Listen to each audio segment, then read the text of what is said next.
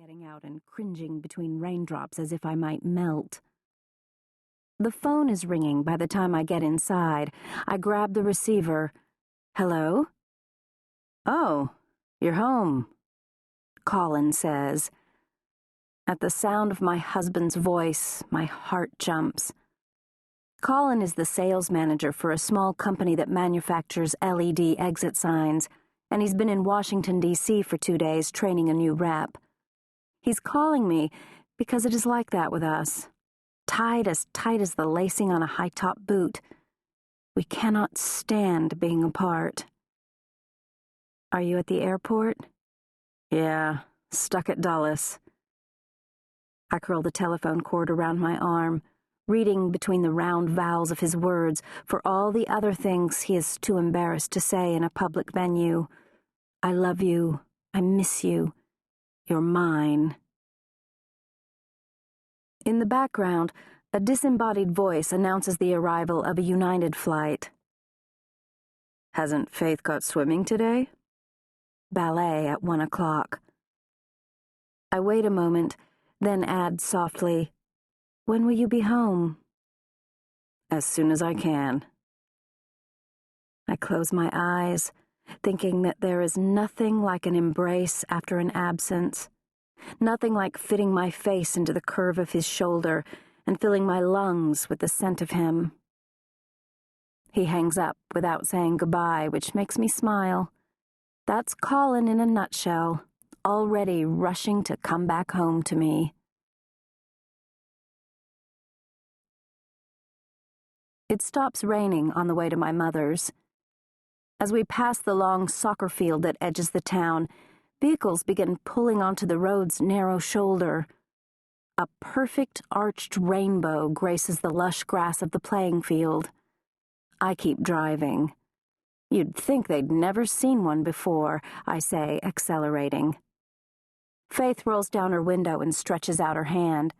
Then she waggles her fingers in front of me. Mommy, she yells. I touched it. Out of habit, I look down.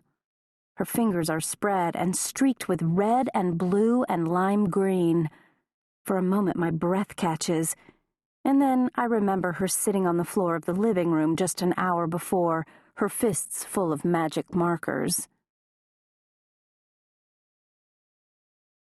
My mother's living room is dominated by an unappealing naugahyde sectional couch the color of skin. I tried to talk her into leather, a nice wing chair or two, but she laughed. Leather, she said, is for goyim with Mayflower names. After that, I gave up. In the first place, I have a leather couch myself. In the second, I married a goy with a Mayflower name. At least she hasn't coated the naugahyde with a protective plastic wrap, the way my grandmother Fanny did when I was little. But today, walking into the living room, I don't even notice the couch. Wow, Grandma, whispers Faith, clearly awed. Is someone in it? She falls to her knees, knocking at the highly polished mahogany rectangle. If things had gone according to plan, I'd probably be choosing cantaloupes at that moment, holding them to my nose for softness and sweetness, or paying Mr. Lee $13.40 and receiving in return 7 Brooks Brothers shirts, so starched that they lay like the torsos of fallen men in the back of the station wagon. Mother, I say, why do you have a casket in your living room? It's not a casket, Mariah. See the glass on the top? It's a coffin table. A coffin table. My mother sets her coffee mug on the clear plate of glass to prove her point. See? You have a coffin in your living room. I am unable to get past that one sticking point.